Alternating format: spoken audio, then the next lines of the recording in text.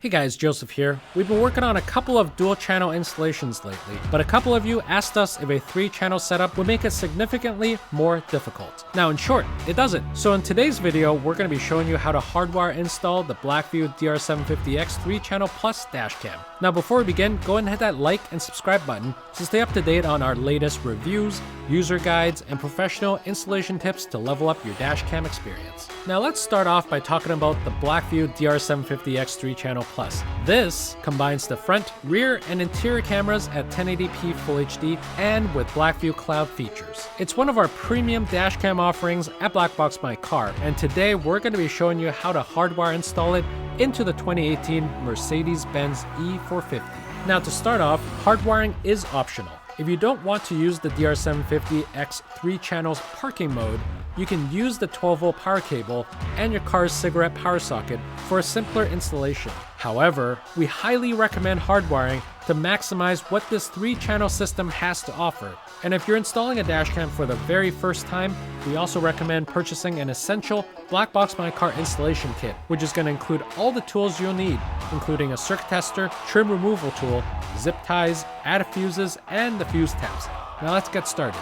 The first step is to locate your vehicle's fuse box or power source. For this Mercedes-Benz E450, the fuse panel is located in the rear compartment or in the trunk.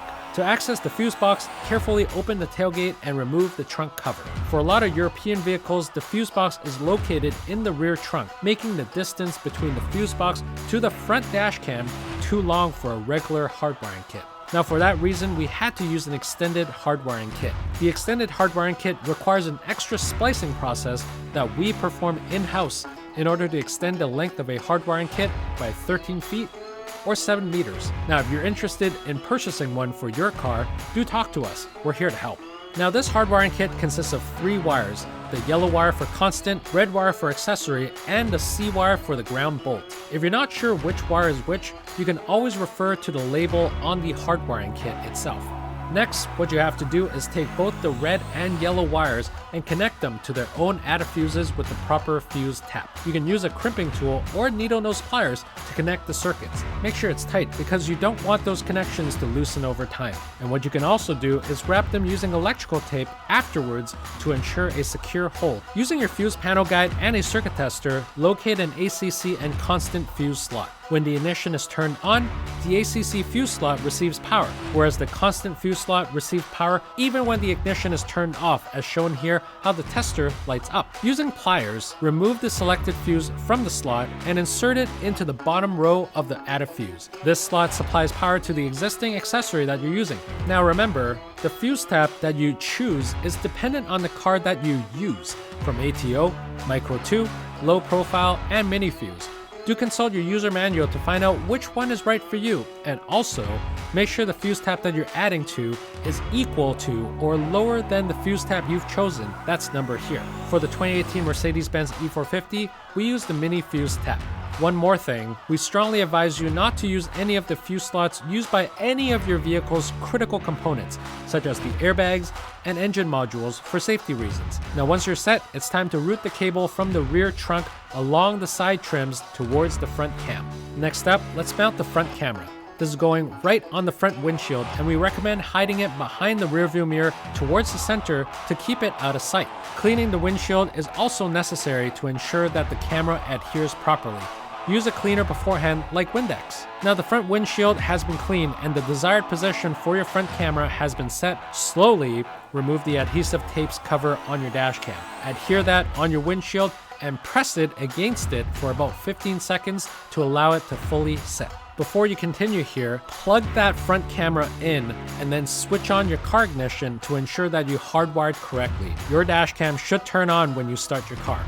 And once you've confirmed that, now it's time to work on the wires. Now to hide these, remove the cover of your A-pillar. Navigate the cables from behind the airbags and to the front camera, and also tuck the excess cables neatly into the roof panel.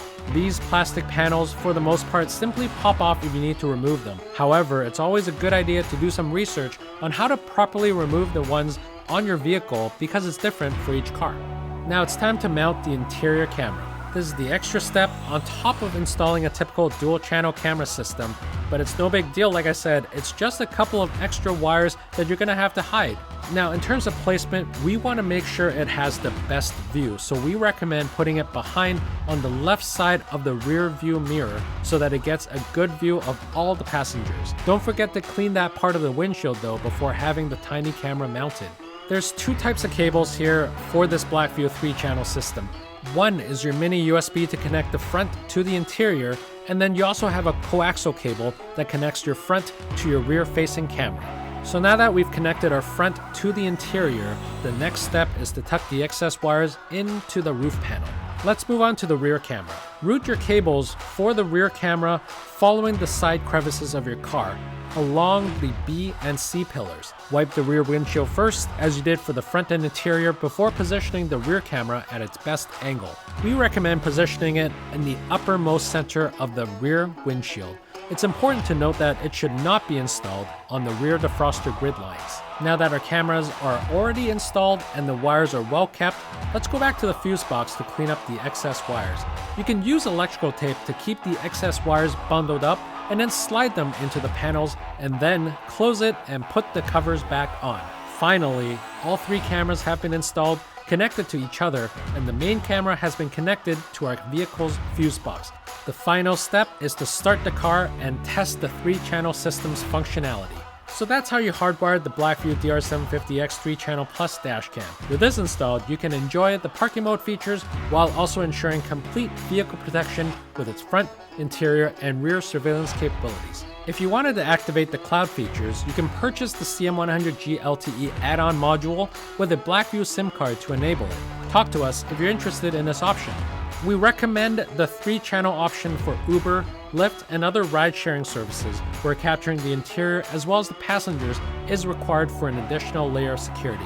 Now, if you want to do it yourself and you need assistance installing your dashcam, do send us your questions and our team will gladly assist you. Or alternatively, we do installations as well. You can directly schedule an appointment with our professional installers at BlackboxMyCar. By mentioning this video, you'll also receive 15% off your next install. Now, don't forget to hit that like and subscribe button to our channel to get the latest updates and news on BlackboxMyCar. Thanks for watching.